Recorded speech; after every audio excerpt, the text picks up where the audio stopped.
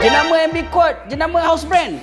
Sorry sikit bro. Ini MB Quad, produk yang dah 61 tahun dekat atas muka bumi ni. Diorang punya produk berasal daripada Germany.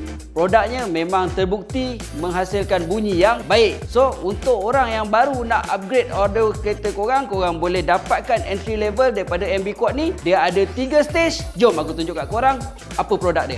So, kalau korang nak upgrade audio kereta korang, first thing first, korang kena tukar speaker lah dulu. Macam untuk MB Quad stage 1 ni, korang akan diberikan produk komponen speaker two-way dengan coaxial speaker. So untuk komponen speaker, korang akan dapat mid bass dengan tweeter letak dekat pintu depan korang. Lepas tu coaxial speaker letak dekat pintu belakang. So sekurangnya bila korang dah tukar produk ni, korang akan dapat 30% perbezaan bunyi daripada audio original korang. Lepas upgrade stage 1, bunyi dah clear, dah sedap. Tapi bass pula kurang.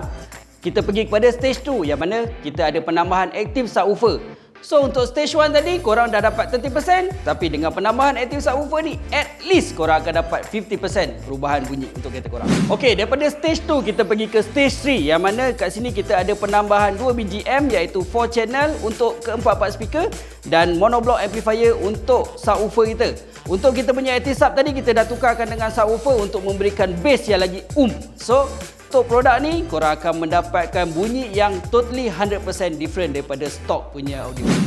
So, kalau korang nak enjoy music, korang tak boleh mengharapkan bunyi daripada speaker OEM saja. Korang mesti juga kena upgrade. So, kalau daripada produk-produk daripada MB Quad ni, daripada material sampailah ke penghasilan bunyi, confirm berlainan daripada OEM punya produk. So, ingat music, ingat MB Quad.